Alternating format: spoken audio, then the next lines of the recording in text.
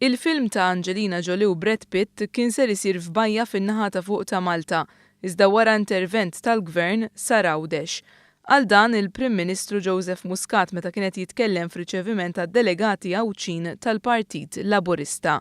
Il-Prim Ministru spjega kif fix-xhur li dan il-film dam jinħadem f'għawdex iġġenera flus daqskemm is-soltu din il-gżira tiġġenera f'sena sħiħa.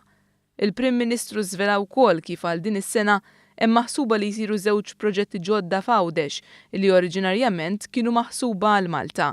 Dan sabiex l-għajta tal-Partit Laburista ta' xogħol f'għawdex għall-Awċin tkun verament għajta li tħalli l-frott. Fil-waqt li fakkar kif is-sena li għaddiet kienet waħda li rat l-akbar waqa' fil-qazza mis-sena 2000, żied li għad fadal ħafna xi jsir biex jibda jkun hemm iż-żieda fil-pensjonijiet u l-benefiċċji. Il-Prim Ministru mexxej Laburista Joseph Muscat tkellem ukoll dwar kif is-sena 2013 kienet waħda memorabbli għall Partit Laburista u għal Għawdex u dan għaliex wara ħafna snin il-Partit Laburista tella 3 deputati Għawċin fil-Parlament. Huwa ħeġġeġ lid-delegati biex fl-elezzjonijiet tal-Kunsill Lokali ta' April jaħdmu bl-istess entużjażmu bil-għan li jinkiseb riżultat pożittiv anke fl-elezzjonijiet tal-Kunsilli Lokali.